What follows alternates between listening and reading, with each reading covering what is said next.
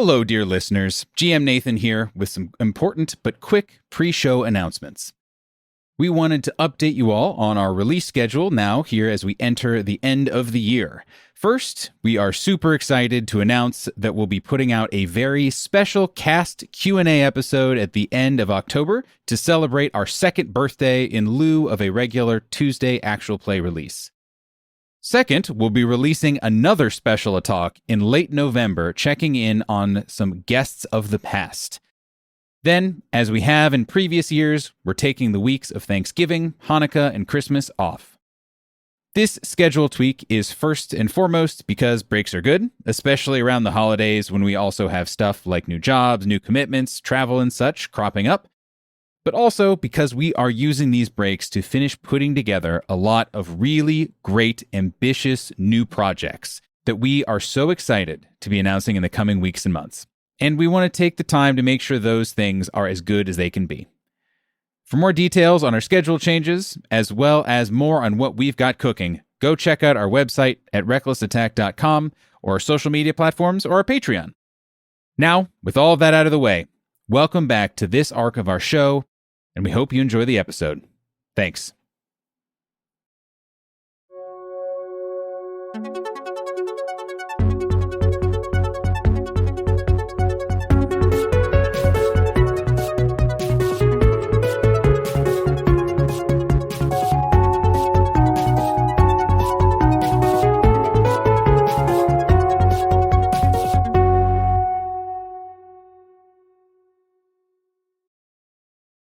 Hello, everyone. Hello. Hi. Hello. Welcome once again to Reckless Attack, the 5th edition, the 5th edition Dungeons and Dragons actual play podcast. I am, as always, GM Nathan, joined by the lovely smiling faces of the players here at Reckless Attack. Hello, players. Hi. Hello, Nathan. Did I throw you off? I was like, I'll come up with a joke. Yeah. I'll come up with a fun thing to kind of like pile on. And then I just didn't. Nathan, S-Catman. A valuable callback to where we definitely weren't recording. And no one will understand. And no one will understand. Well, actually, maybe But it we'll made have that. you giggle, so it counts. That's true. That's true. Let us all go round once more, as we so often do, introducing ourselves, starting on my right with... Hello, everyone. My name is Steve, and I am playing Selv Asterlin, the Dragonborn monk, who is finally, Selv has come back to Agmar. And I cannot spock an eyebrow, but, if you would picture me spocking an eyebrow, that would be fantastic. But I really did not know Spock did that. Me neither. Now. Yeah.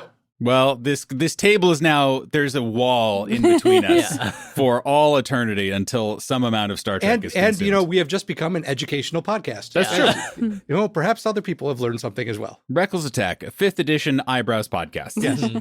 And to my right.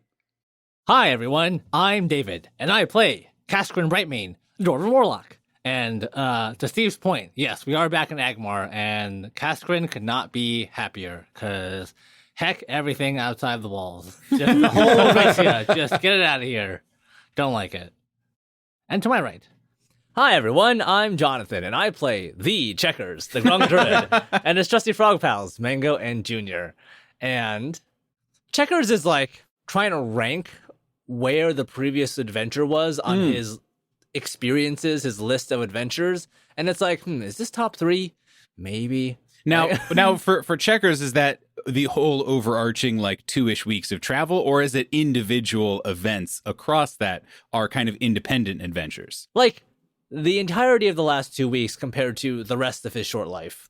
Right, got it. Well, I guess the real question I was asking is if Checkers was recording Patreon content for a recap behind the screen, support us on Patreon, would he be individual podcasts for each of these events or for each of the travel arc, air quotes? For the individual events, I would got say it. so. Yeah, Yes. that makes sense. Yes. And to my right. Hi, everyone. I'm Sophie, and I play Valeska Carter, the human astric cleric of the Arcana domain.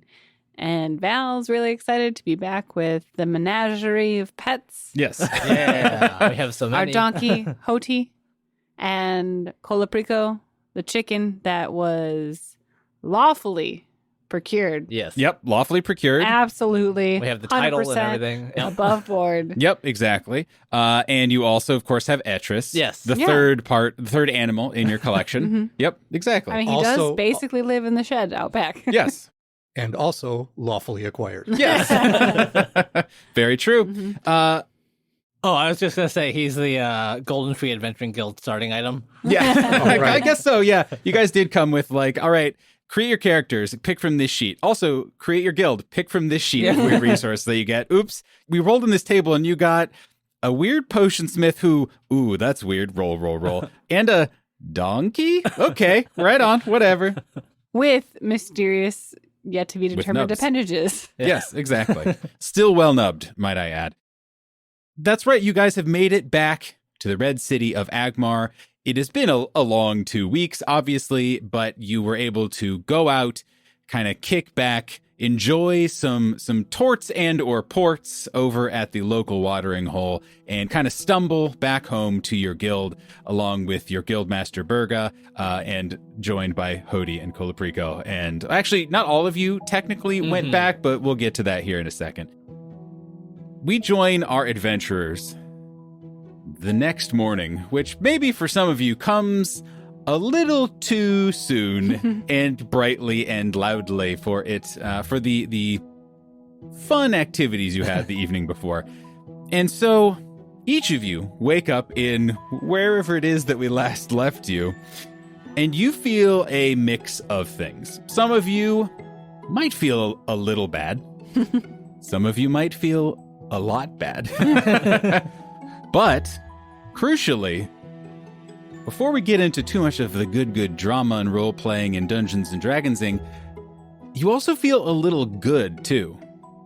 Because not only were you blessed by a massive hangover, you were also blessed with a level up. Hey. That's right. Nice. Wow. That's right. I've worked in a second reference to our Patreon, because you can go right now to support us on Patreon and listen to our level up episodes as we level up all our characters to level 7. Yep. Yes. I lost count immediately. Like, as soon as I stopped going to websites to help me balance like encounters, it's gone. That information is gone for me. You could have told me you were level 9. You could have told me like, no, Nathan, we're only level 5. And I've been like, okay, sure, sounds good. It's hilarious because you told us to like make our characters a while ago so we could record said Patreon content. And then I was like, wait, we should level up to 8 already? Leveling up again. Hey. Wow. Every Yes. time you drink Malort, you got to level up. Yeah. Every time you survive that night. Yeah. Yeah. Right. That's true. a legendary quest.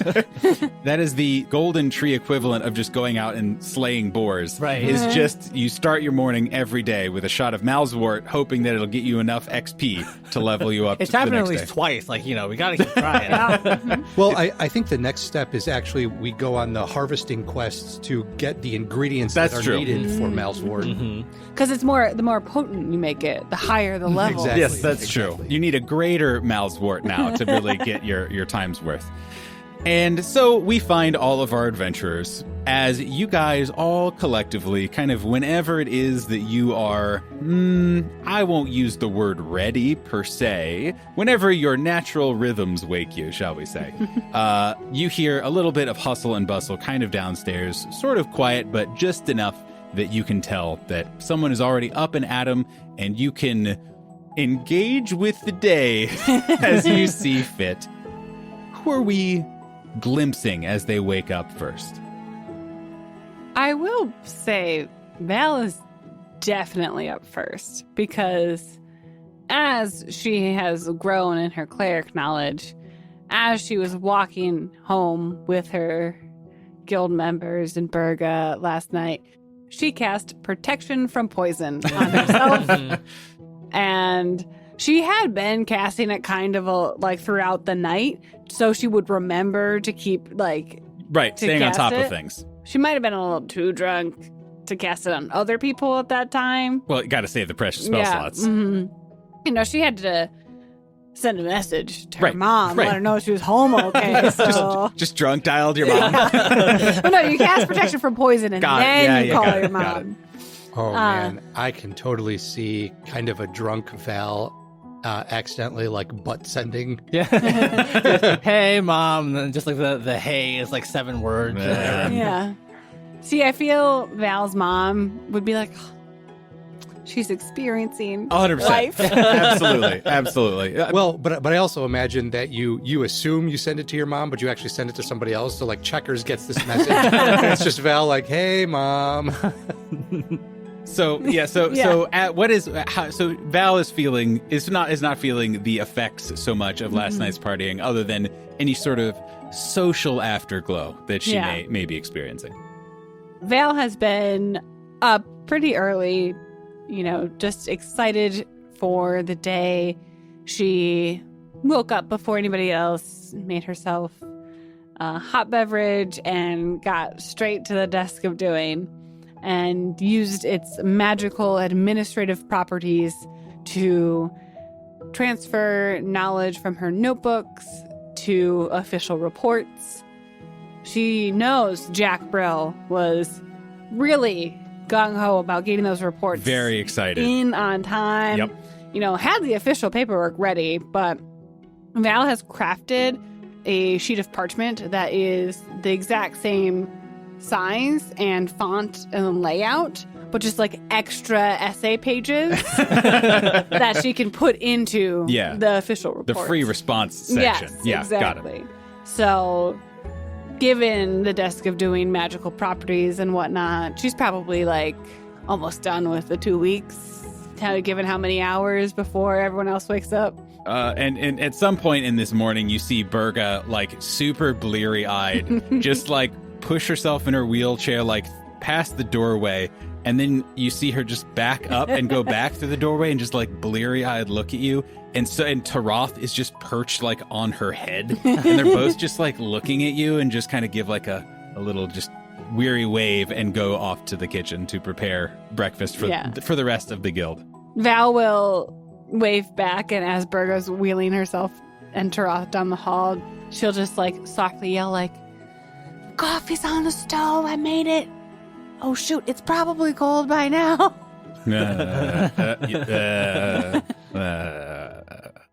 So I feel like Kaskrin and Val have a bit of a rivalry on who can wake up earlier. Because Val just like keeps getting up, and Kaskrin's like, "No, my I will not stand for this. I have to be the one that gets up earliest." Right. Is it like a city guard point of pride? Yeah.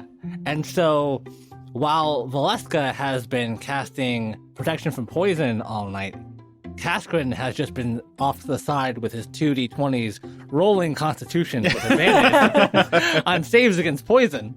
Val has such a frail constitution.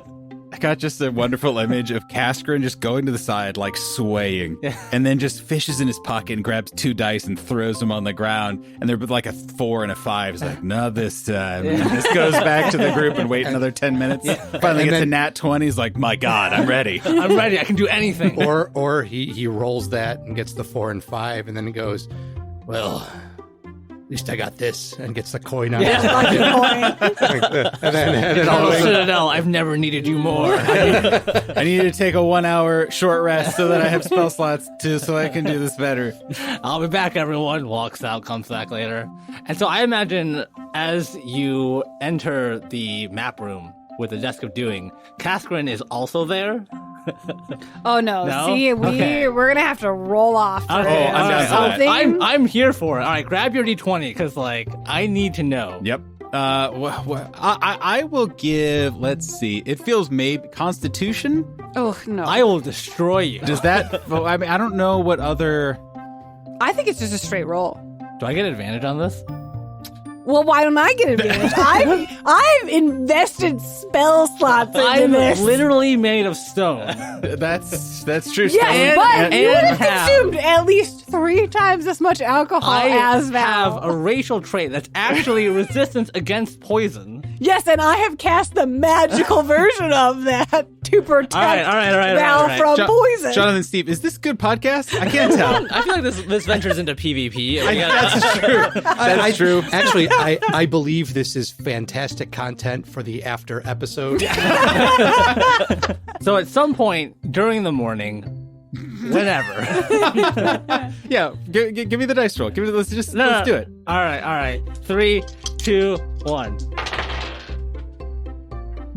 Are we adding our modifiers? No, straight rolls. I have a 13. Damn it, I have a 12! Yes! So you see, as you walk into the map room, Casper and Brightmane over the giant holographic map with a giant shitting grin on his face because he knows he woke up 27 seconds earlier than you did. I was going to say. Ran down to the map room, wiped the sleep from his eyes, and is like, Val's like, as she woke up, like very calmly, peacefully, is like, all right, I'm going to get stuff going. Heard like clomping feet go down. It's like, what is that? And then there's Kaskrin waiting for you. I would like to imagine that Kaskrin somehow knows how to cast Alarm and has put that outside Val's door. Just to know. Just to know. And then his room is closer to the stairs, and that is the time he needs to beat Val. He's visited Azan and gotten a whole notebook full just of the alarm spell, and just blew a lot of guild resources on that, just so he can make sure he's there for paperwork times. Yeah. Listeners, I would like you to know this rage induced is Sophie and not Val. Sophie, want to be David at this place. Got it. Yeah. A good clarification. Thank you. So, knowing what Val's morning looks like, that she has done some of the waking up, getting coffee ready. How does Kaskrin, while starting 27 seconds earlier, how does he kind of interplay with that? I think at some point, we're both in the map room, and while Valeska is like compiling notes and getting the report ready, Kaskrin is modifying the map in the map room and like adding all the notes and everything, especially from the cartography or the maps that you have made on our journey. Bold of you to assume that you beating me down to the map room would get you access to this. No, you definitely have them. Just like a lot of like, Sophie, not Val. That's Sophie, not Val. Just like mental notes. And it's like Tree City updating, like cursed, here's giant grave and things like that. What do you think that looks like? So as a reminder, the map room in the guildhall, there is just a kind of like holographic 3D projection of the kind of nearby map of the area. That there's kind of different settings you can have it to, including showing the notes of other former adventurers who have been through here. And I don't think that we ever got into like adding notes or anything like that to the, kind of to the flavor of it. So when Kaskrin is doing it, what does that look like? Does he have just a quill that it kind of magically like goes along with? Does he dictate? Does he, feed it like a fax machine with the notes and it updates? A whole bunch of punch cards. Yes, right. Exactly. I actually kind of imagine it like a whiteboard plus 3D pen, where he's like physically in the hologram with like the whiteboard marker. Yeah. And like where the previous guilders had their notes in like this kind of purplish pink, he's got his now in this like orangish yellow color and is making, other notes in the air basically where these landmarks are. Cool. I'd like to add to that if I can use a spell in a different way, and Kaskrin would mark particular spots of interest for Val to follow up later with encode thoughts of like, this needs a little bit more detail. I think, where we met Lorana's water buffalo, like it's kind of better to have a visual of that. So Val could like along where the kind of like crater-ish kind of area was? Yeah, because it's hard to like capture in a few words that desolation and that utter lack of life.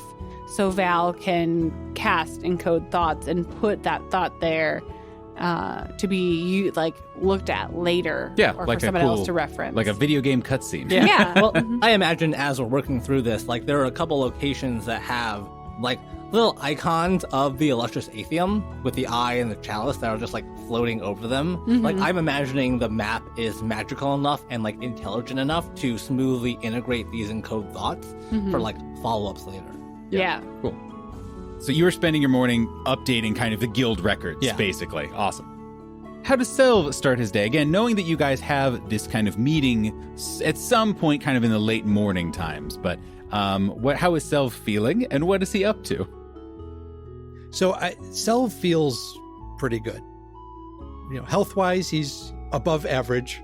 Not as healthy as, say, Cass, but he is kind of healthy. And he does have this ring that allows him to fend off some ill effects occasionally, a little bit better than everybody else. But I was picturing Selv up first. Well, Honestly, he could be, and we just never saw him. Right. Because their competition was about getting to the desk of doing in map room first. Selv's was not. So basically, nobody went to bed. Oh, no, Val slept. No. Thank you. So in the morning, Selv is one of those people that wakes up with the dawn just because he has been doing that, and that was kind of what was conditioned into him at the monastery.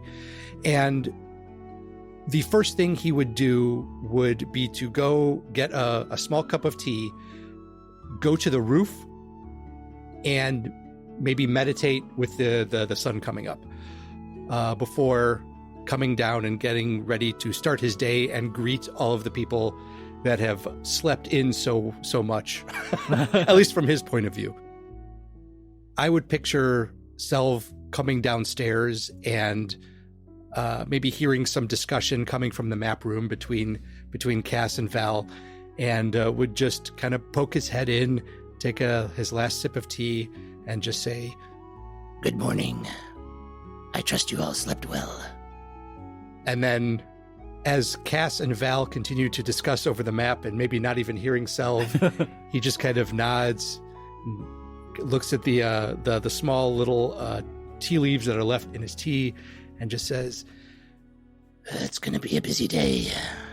And then walks over to the kitchen to look for something to eat. That is some extraordinarily middle manager energy. Like, everything good in here? All right, just checking in. You guys let me know if you need anything. I'm going to go grab some more tea. Keep it up. I'm going to go ahead and need that stapler. Exactly. And I need you to stay later tonight. don't forget we got that big meeting at around 11 o'clock. So if you could be sure to be here, that'd be great. I would need those TPS reports, the total party sync up. And Berga is there, kind of by the time that you're up and about, and she just like kind of wordlessly, but like happily passes you whatever, kind of variation of a usual Selv breakfast might look like. It's kind of it's mostly made up of meat, but there are enough small fresh fruit slices and a little bit of vegetables to acknowledge the fact that Selv should probably eat those in order to maintain a healthy, well-balanced diet. But the majority of it is some kind of roasted or cooked meat. A charcuterie plate Yes. for the Dragonborn. And now, a word from our sponsors.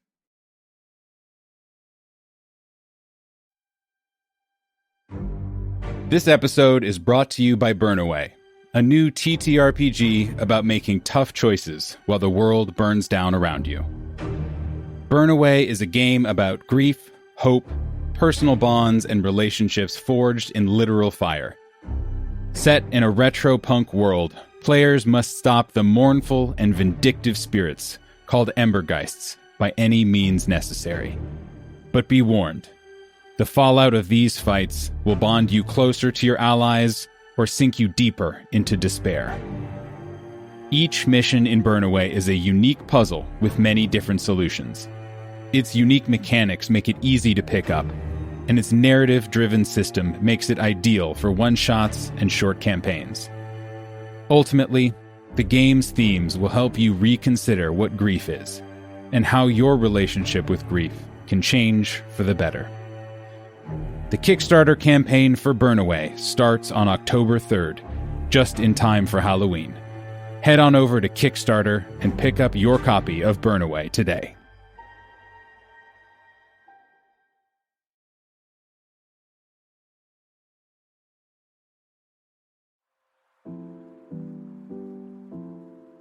Hello again, everyone. It's me, DM Nathan, and welcome to the Mid-Roll.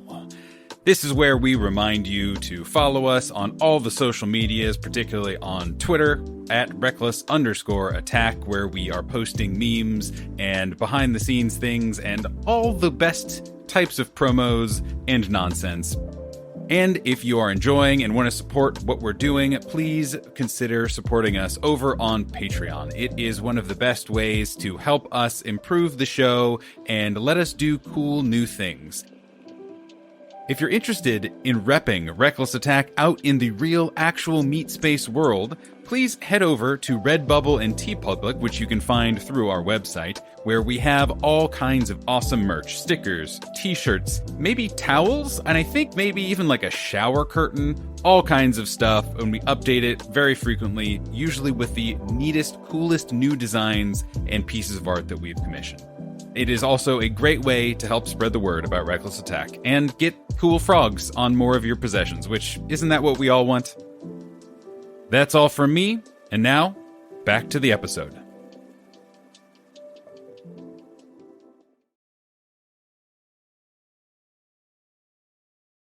Finally, what's Checkers up to? So I think maybe an hour or so after Val and Cass start their day in the map room, you just hear from down the hallway a hopping sound of something landing repeatedly. And then the door creaks open, and you just see Mango kind of put his little head inside. And on the back of Mango is Checkers, just completely passed out. No idea what's going on. And Mango just jumps into the room and sees both of you, hops over to the desk of doing, and just kind of like jettisons Checkers off his back, and Checkers just flops over, completely unconscious, onto the desk of doing, snoring incredibly loudly. Is Checkers still bright purple? It's calmed down a little bit. He's like more of like a pinkish green right now. It's coming down a little bit. And then Mango looks at both of you and just bleh, opens up his mouth, and on his tongue you just see 2 torts from Torts and Ports. I was gonna say, actually, it's a whole bag of torts, and there's a little note that just has a heart on it that says "Glad you guys are back," but it is just absolutely stuffed with a variety of torts.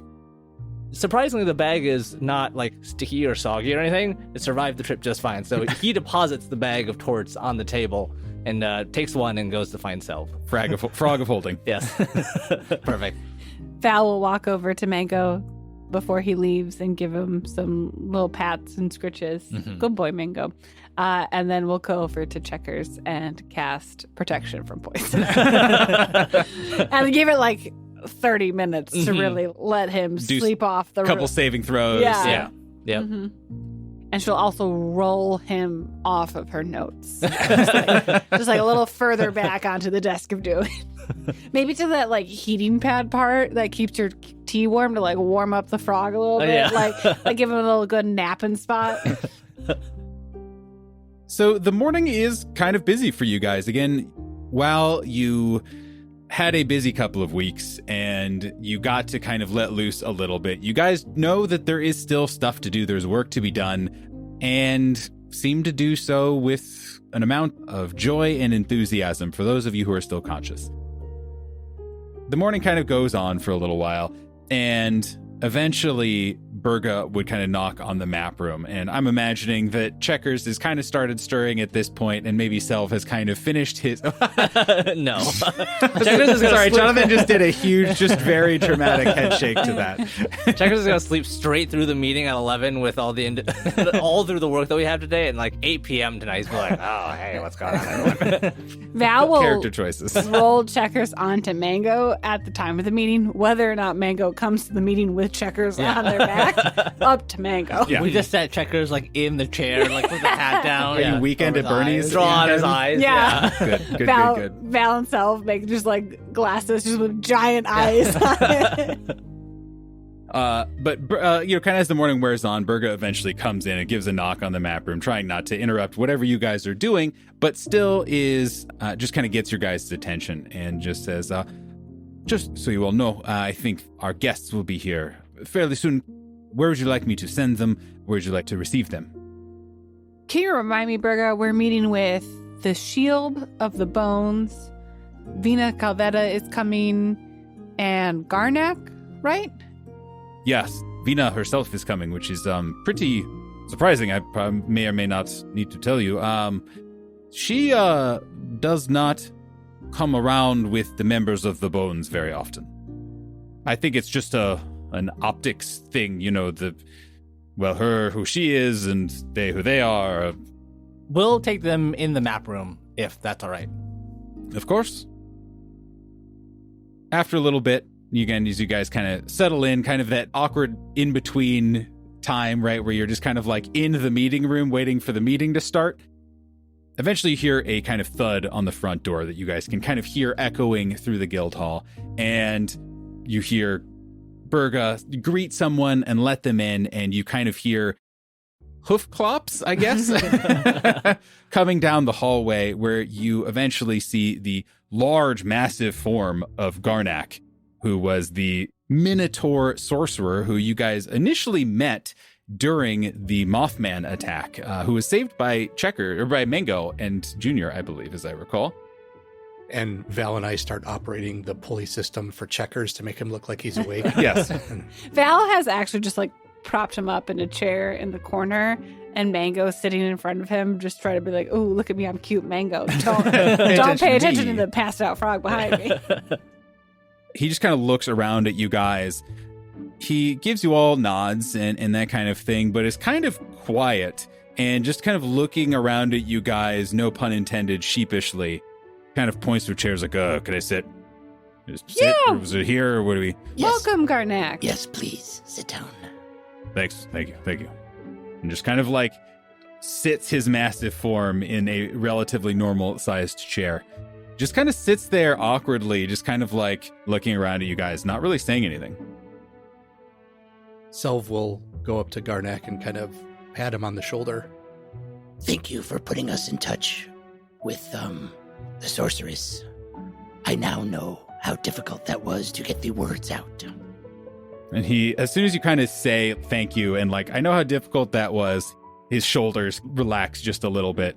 And it's like, yeah, she is a lot, but I'm glad you guys made it.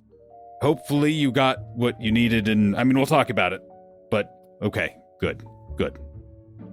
He continues making small talk until you hear another bang at the door. This one louder at the front. Instead of hoof clops, you hear kind of the clunk of armor as it comes in, and realize that this is the shield, making much more noise than the bones usually do, because the shield, while most of the bones are like, yes, just perfect instruments where everything fits perfectly and there's no squeaks of armor, the shield, who is the leader of the bones, is much larger and much more impressive. Their form is basically a large rectangle. Their suit of armor has a little bit more design and filigree, clearly showing that they are some form of leader in what was the lasting legion. Just out of curiosity, is the aura that the bones typically have around them, is the shields larger? Like, they have this kind of wave of uneasiness. Does it hit a little bit sooner than maybe what we experienced? Yeah, that's a great question. So that actually probably also precedes him into the room. And it's not that it's a larger one, but it is a more intense one. I don't know how your characters would feel about this, but you had some time to kind of get used to that feeling as much as a mortal can, and then were absent of it for several days. And you feel it, and it is back even stronger than it was before when you were traveling with the Fortunate. It would be something that you, on a physiological level, reconnect with. Yeah, like it feels nostalgic and bittersweet and uneasy, of course, but there's a lot that goes with it now. It's almost if your body expects to see the Fortunate around the corner, and then it's the someone shield. else. Yeah. The shield walks in and gets to an almost like military straight back detention, and again kind of clangs as he does and says, "Golden Tree Guilders, I am pleased to see you have returned safely, and pleased to hear that you may offer some respite for those of us who have become untethered. We will discuss the rest presently. And he nods, and then just kind of walks across the room and then stands like a statue against the wall. There's kind of an awkward couple of minutes. I don't know if you guys are doing small talk or not, or just waiting, because again, awkward pre-meeting times. Like, so, how was that Lipinski meeting last week, right? Mm-hmm. I would, as part of the small talk with Garnak, tell him that Lorana did ask after him. By this point, Berga has like given refreshments to people, right? And he like snorts in his drink a little bit as you say that. And he just like looks at you, and it like short circuits his brain a little bit. And he just kind of nods into his team. He's like, Val will kind of add on to that, just being like, yeah, it was really weird how she got mad that you enlarged my sky whale. I was so confused by that. And like Val just kind of like mumbling a little bit out loud and like thinking to herself about like why that would be, and just be like, God. oh, man, it's so weird. You told her about that? Oh. I mean, she asked how we first met, and like that was it. So I told her the story. Oh. Yeah. We almost didn't make it out of that one. No, you didn't. And then, with no accompanying knock, and kind of coming from the back of the house, actually, you see a cloaked figure. As they kind of step into the doorway, they lower their hood, and you recognize them very clearly as Vina Calveta, who you've also met before. She is kind of a very regal-looking person, where you can see, when you look at Vina Calveta, you can see is like, that person looks like royalty. Where they just have this bearing of command about them. They have this kind of presence, and they have this very lovely dark skin, and just kind of is looking at you all, taking you all in at once, and nods. She's not wearing any of her uniform that she would usually be wearing, but just walks in, and she says, apologies for being the last one here. Thank you all for agreeing to meet, and thank you all, of course, for what it sounds like you've already done for the city. Kaskrin, at this point, once everyone is a little bit more settled, will bring up the map again. And a lot of the initial discussion is where we went, what we saw, what we did, obviously. But yeah, the route we took kind of to Deepwood, and then from there covering a lot of ground, both right across the map and story-wise. Right. There's a little bit where he skips over what we saw at Lorana's, but the salient points that he tries to get across are, we did find a way to retether the bones that have gone feral, but we do need some additional information that's in the restricted section of the Agmar library. And I think Val and Sel would hop in at various points to kind of discuss, like, on the way to those discoveries, we encountered a new yet familiar foe in the Shepherd. They seemed quite powerful and interconnected to several events that have occurred. But to what extent, we don't know. But is something that Val would definitely discuss with the group here. It seems that there is something much larger going on here. We were attacked by a creature that had invaded Valeska's mindscape, hinting at a glorious war of some kind. And it seems it's not just the smoke creatures, it's not just the shepherd, it's some sort of coordination against the mortals of this realm. Kaskrin, as you're saying this, Vina and the shield are both totally still, just kind of nodding or taking in the information. No strong reactions, just waiting for the presentation to be over, basically. And it really strikes you as a, like, kind of town guard, a soldiery kind of reaction to all this information of just hearing everything that you guys have to download. As you kind of wind down, giving all this information, Vina is looking at this map and thinking, and there is a pregnant pause, an almost awkward pause, as everyone is processing the incredible amount of information that you guys have shared. Then Vina kind of snaps out of it, and she looks at you guys very earnestly and says, first of all, thank you for what you've done once again for the city. Thank you for what you've done for the bones already. And I'm sorry that it was so eventful. That is certainly always the risk of going outside the city walls, but seems like this was harder than most. She just kind of looks around at you all, and then her eyes kind of settle on the shield, and the shield, kind of nods back at her. They both kind of turn to look at you guys, and Vina says, all right, one thing at a time. You had a mission. You succeeded in the mission, finding this sorceress and obtaining some promise for help for our allies, the Bones. Now, where did you leave things with the library? I know that there had been approval for you getting into the restricted section, and Garnak nods and is like, yeah.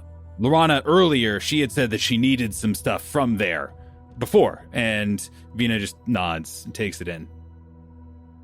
Val would have, as part of the presentation, given out each person a list of the must-have books for fixing and the if you want an on-call service to fix any armbands. Like, she would have given a list out.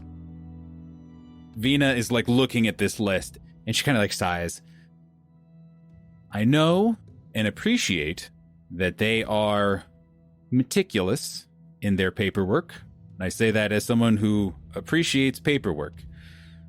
Have you guys received permission already to retrieve any amount of books from the restricted section? What have you guys already gotten the go-ahead for? That's where we were hoping you would come in, Vina. As of yet, we have not contacted the library board for any approvals. And I think something of this level would need to go higher than them. Some of these books are dangerous. Most of them are unique and the only ones of their kind. And so, obviously, we need approval to take them out. But I think, again, this goes higher than just what the library can provide. As you'll see on your parchment, my biggest concern is about the Liber Morte, the grimoire, that is a powerful artifact in itself, and adding the knowledge it contains to it would grant the reader, especially one of the sorceress power, an incredible boost to the magic they would be able to perform. Garnak nods and kind of comes up behind you and is like, I didn't know exactly what she was going to want or whatever. Now that I know that that is in there, I am not surprised that that's what she wants. Garnak, are you able to speak to hypotheses of what she would use it for? I can try. Well, so first, I don't know any of the rest of the books on there. Do you guys? Val probably has well, I guess we just got here last night, so she hasn't been able to research all right. of them. And yet. yeah, other than she would have a vague idea of most of what they allude to, but not the details of other them. than Courting the Coriander King, volume first edition signed, which luckily Kaskrin was familiar with. That one we can't. Actually, I feel like Val might not be super familiar with that yet. I don't know if she's gone through her romance phase yet. She's only 18. It could have been fiction. No. Selv will kind of turn and direct this question more towards Val and Garnak. When it comes to a grimoire, Can the spells inside of it be copied so that the knowledge in the book is not lost if we have to turn that over? Garnak is like, so I'm not really like a book magic person, so I don't know. Val? I got you. So with a grimoire, half of its value is insight into the people who put it together, and it would take years to study to really gain that nuance. But knowing what we know about Lorana and her estimated age, she has that time and has that power and intelligence to really get the full power of this book out, which would bring her a significant boost to her power. The knowledge, like the words can be copied, but that magical effect would be lost. Val has not had time to look into this book to know who wrote it, who the authors are, but knowing what she knows about Lorana, she has an inkling as to who it could be. And if it is any of them, it's scary to think the power that could be held within that tome. So, Checkers kind of falls over on the ground at this point. Checkers has been hearing little bits and pieces of this conversation as he's been like coming back and forth from unconsciousness. Oh, I feel like he was just pretending to be asleep Oh, and yeah. trying to get out of the meeting. It could be both. Yeah. And you know what Lorana's favorite member of the Pentarchy was? It was Celestia Dreamweaver. Ooh, can you say that? Oh, can I say that? So here's what's interesting. I think I'm going to allow it because it is sort of personal information, but is not. It's like, what's her favorite app at Bell Peppers? It's like, well, is that how revealing is that? For now, I'm going to allow it, and we can edit it out later. Somehow, it breaks the entire campaign. It doesn't reveal her location. It doesn't reveal her mode of and too much about her transportation. past. Even like anyone, as gross as it sounds, Checkers has a favorite member of the Pentarchy. Exactly. So like, So Checkers, noted Pentarchy expert, points out, hey, you know what? Lorana's favorite member of the Pentarchy was Celestia Dreamweaver, and she had the Shroud of Resurrection. Maybe that book has something to do with it. There. And then Checkers passes out again. he just wakes up to make one very salient point, and then that's all the energy he has. That is his contribution to today's meeting. He's just coming in and out of unconsciousness to make points about the Pentarchy. Jonathan really just needs a chance to talk, and his vehicle is Checkers, and he will use it how he can. Vina looks at you guys and once again kind of stroking her chin and biting her lip a little bit, unfurrows her brow and looks at you all and says, all right, well, I don't know enough about these books, and it sounds like, unfortunately, collectively, we don't know enough about these books. But I am happy to go on your behalf to ask the library, if they have any more information about what these are, and how much persuading they would need to part with them. Any of them or all of them. Vina, if you would be amenable, I would like to do my own research into these works, as you know my background, and I think I would be very helpful in this endeavor. I agree. I was about to suggest the same. I like to know about the guilders who are in the city, and it would be foolish to not ask you as a member of the illustrious Atheum, like you said, with your background, your expertise, to go researching. And Catherine pipes up, I mean, I know a lot about one of them. Not going to say which one, but Vina is still holding on to this list and like looks down at the list, scans it, and then looks up at you. Well, I'm sure Ms. Carter would appreciate whatever help that she could get. just kind of gives a final nod of like, all right, it's fine. I don't need to know more. Selv will actually speak up at this point and say, Thank you, Captain, for going on our behalf.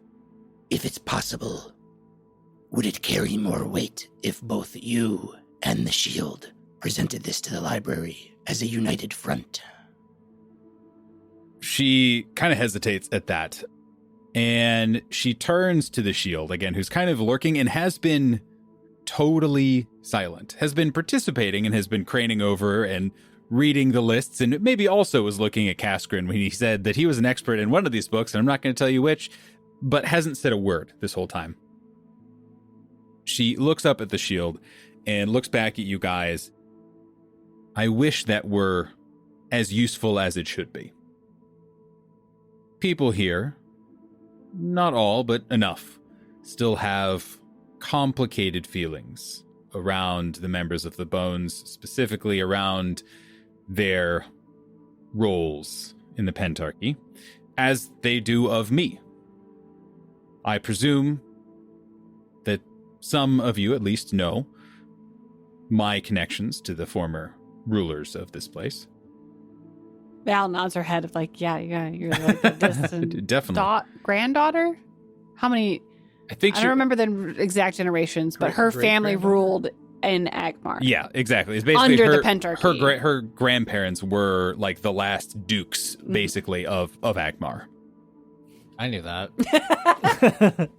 Kaskrin definitely knew Kaskrin that. definitely Kaskrin knew is the one that. who told all of the Right, guilds. exactly. Kaskrin communicated that information. Yes. And she says, the Shield and I have an understanding. We work often in proxy, and that it is no sign of disrespect. That is unfortunately just how it must be. This is where politics enter into things, and no offense to you, but you are guilders and should only be so involved in the political machinations of a city. Val like raises both her hands as like, please just leave me to my books. And she says, all right, I will be in contact with you all as soon as I am able about next steps, and we will proceed accordingly.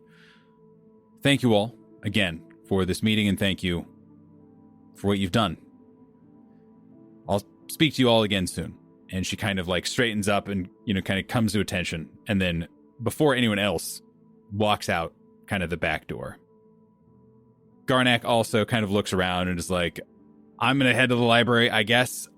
There's a couple more runes that I wasn't sure about kind of around the restricted section that I want to be sure to crack if we're doing this like soonish. Sorry about Lorana.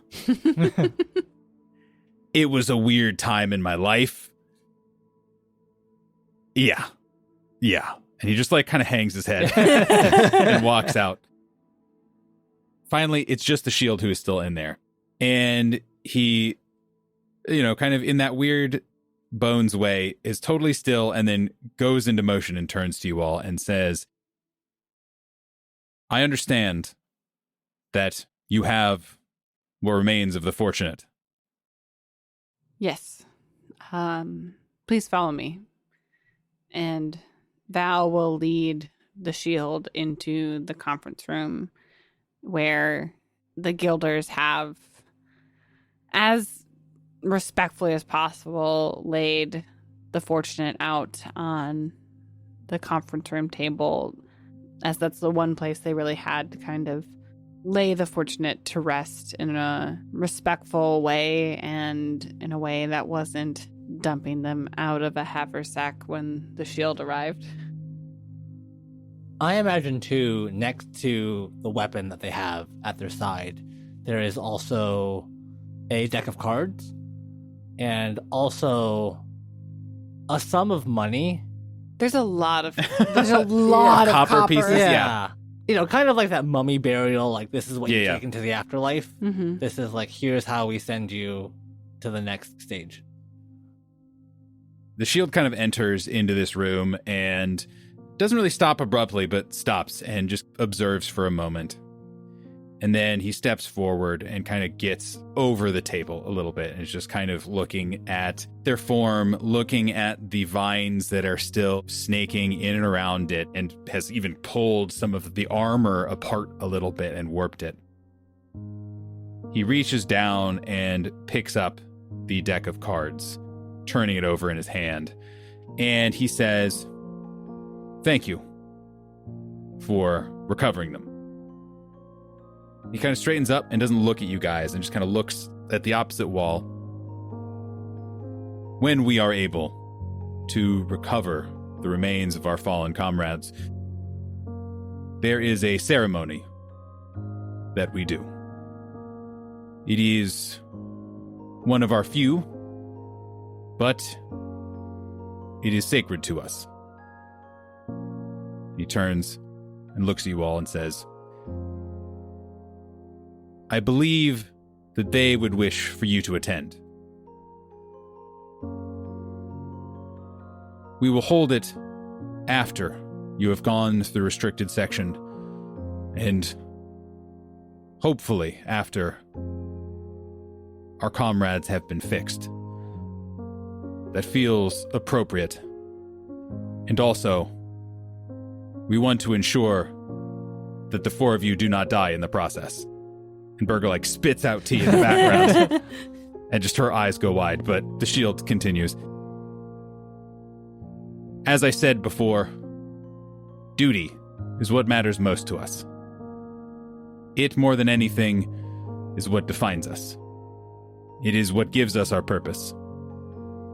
And it is the greatest of honors to fall alongside your comrades against a foe." Casquin at this point, especially with the shield's speech of the words, duty is what defines us, is starting to process the Fortunate's loss a little bit more. He's finally letting himself feel those feelings of hey, they're actually gone. The shield walks across the room to a semi-conscious Checkers. He kind of looms over you, and maybe you are woken up by the intensity of the aura. Yeah. And in this kind of deep, bassy, resonant voice says, "The Fortunate spoke well of all of you, but you included, Sir Checkers. You will have the duty of ensuring the safety of their remains until the ceremony. This does not have a title, but it is very sacred to us. Please do us the honor of this." Neat. I'm going to be the bound keeper. "You all have done much. Unfortunately, there is always more to do. Godspeed to you all." And he pauses for a second and walks out. And then it is just the 4 of you standing in this room with the remains of the Fortunate. And that is where we'll end this week's episode, everyone. Thank you for listening. See you next week. Yay! Bye. It's weird to cheer. Yay! Val is definitely just crying in the Right, corner, same, and right? as that aura departed her, she's just sobbing even harder now. Of just she's just gonna be in a puddle for a minute.